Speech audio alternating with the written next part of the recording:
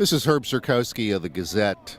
The Alouettes this Friday travel to Edmonton to meet the Eskimos. The Alouettes, of course, are on a 2-game winning streak. They have improved to 3-7 and have a share of first place in the East Division. It'll be interesting to see how they play in Edmonton. The Eskimos are a good team at 7-3, although they've lost 2 consecutive games to Calgary. So what Edmonton has shown, while they may not be the class of the CFL, I believe that is Calgary, they still remain a very good team. The Owls, of course, played only last Sunday, coming back to defeat Hamilton. So this is a very short week for them. They're traveling.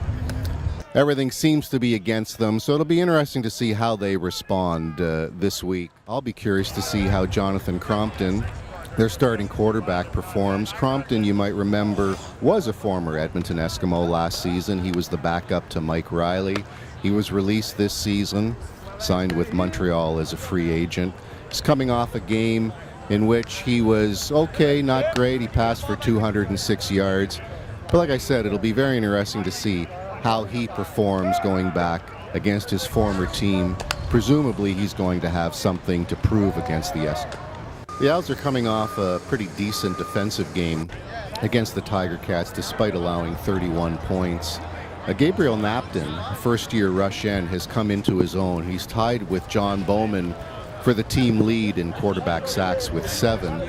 But Napton has 5 sacks alone in the last 2 games, including 3 against the Tiger Cats.